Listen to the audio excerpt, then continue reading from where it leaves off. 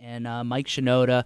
Thank you so much for coming on the program. Thanks for having me. I want to get into to the band in a second, but something I want to hit right off the bat here. It's regarding your Twitter account. Yeah.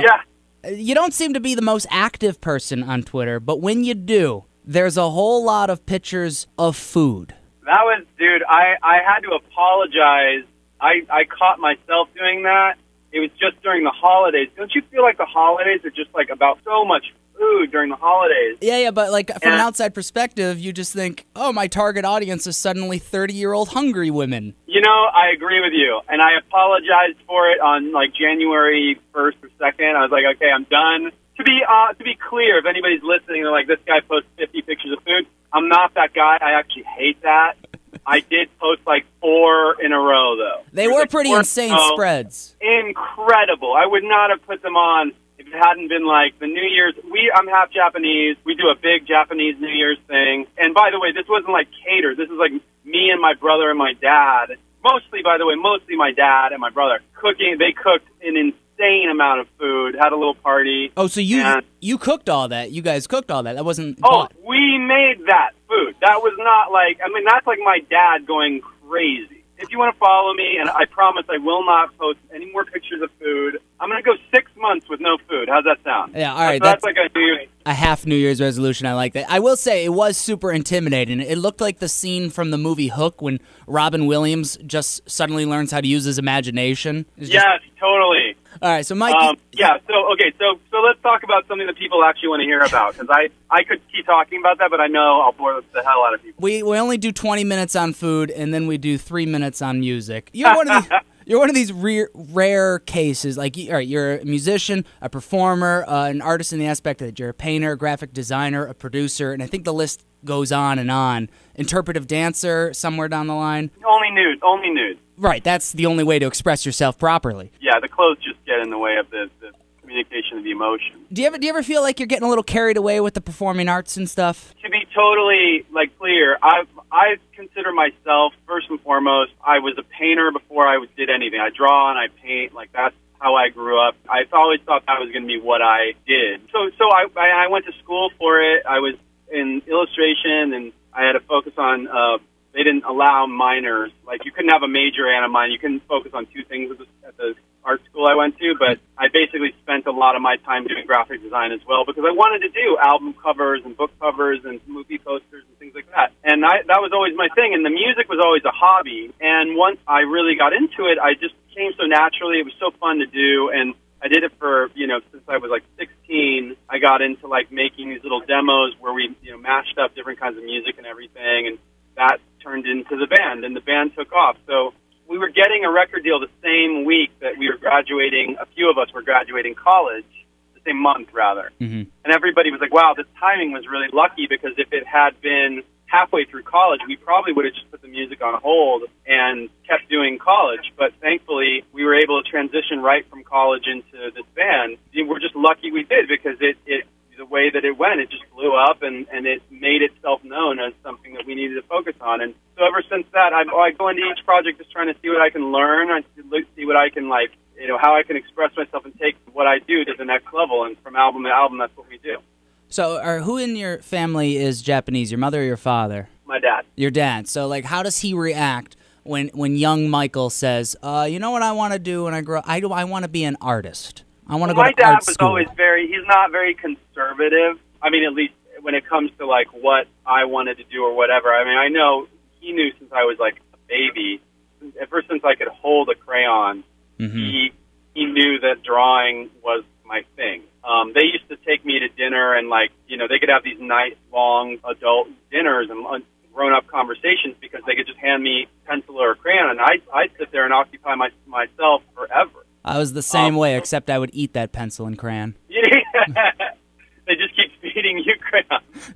All right. So, as a band and on a personal level, you've had your hand in a lot of songs that have been featured on movies and soundtracks. I mean, what comes with that? Whether you're a writer or you're singing on it or just producing, if a song that you do gets picked up by a film, what kind of recognition do you get for it?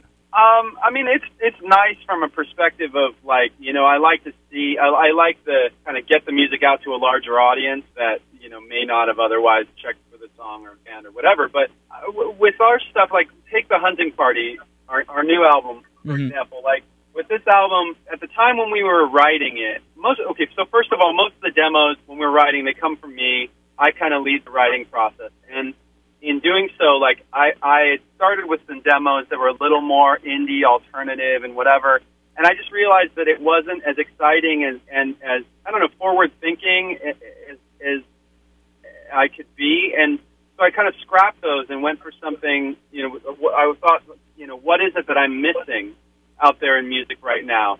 And especially this time, we're talking like 2 years ago, so much, you know, alternative music was so sleepy, and still is to a large degree. Like, there's a lot of very poppy stuff, a lot of very sleepy stuff. I love that. I love how you're describing that. Sleepy's a perfect way to put it. Well, we called it, back when I was in high school, we called it shoegaze. Like, it's like this, like, introverted, kind of quiet, you know, you imagine the person writing and is, like, sitting in their room, like, moping about stuff, you know? And to be totally straightforward, like, I love some of that stuff, but there was a point, especially as I was starting to write some demos, that I realized there's just too much of it out there. Like, I'm overwhelmed by it, and this other stuff that I could be listening to, people aren't making right now. And I thought back to the albums I grew up on, like Refuse, Shape of Punk to Come, and Fugazi's, you know, Repeater, and a number of other great albums, more visceral kind of sound, more aggressive sound. So that's kind of where I ended up writing, and that's what The Hunting Party became. And as we put it out, we knew that the you know, if you want to think in terms of, like, if you're talking to the label and you're talking to, like, music business people, they're going to tell you this is not a very marketable album. It's going to be difficult to get it out there to people and whatever. And we said, you know, we knew that was going to be the case from the jump. We just wanted to make what we wanted to make, and we knew that the fan base for that specific thing might be smaller, but hopefully they'd be more amped on it. And we realized, like, for example, a lot of the heavier rock community, like The Hunting Party may be the heaviest Linkin Park album we've ever made.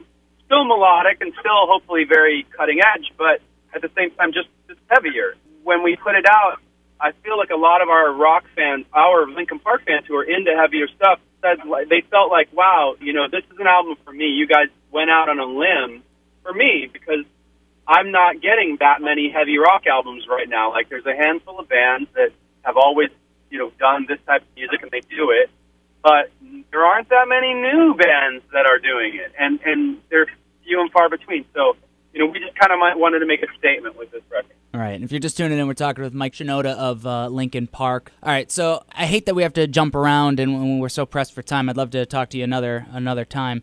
But if you have to generalize it, the music you make, what kind of emotion would you most want it to make people feel? Is it sad? You want people to smile? You want them to be amped up? It's tough to generalize it as a whole, but... Yeah, you know, I think from an album perspective or song to song, that's always different. It's going to be different with each song, because it's not about me trying to manipulate you. I'm just trying to communicate. When we're making a song, we're just trying to communicate whatever the idea is in its most effective form. So whether that's I'm trying to tell you a story, or I'm trying to, you know, sonically capture this thing that I have in my head and I want it out of my head and into a song. Each thing is very different.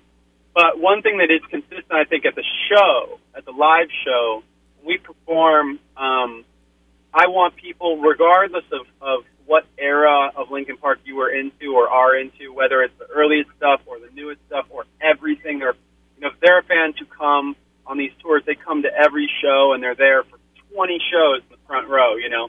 And then there are fans that, like, they just liked one album or a couple of songs. Like, all of that is very welcome, and we want each of those people, regardless, to leave the show feeling like that was special. That was a memorable moment in my life that I will never forget. That's all we're trying to put together, and I realize it's a very, you know, high bar to set, but that's the only way we know how to do it. Well, I like to hear that, and I can't wait to see you. The Hunting Party Tour, Linkin Park, coming with Rise Against, Of Mice and Men, Times Union Center, January 21st.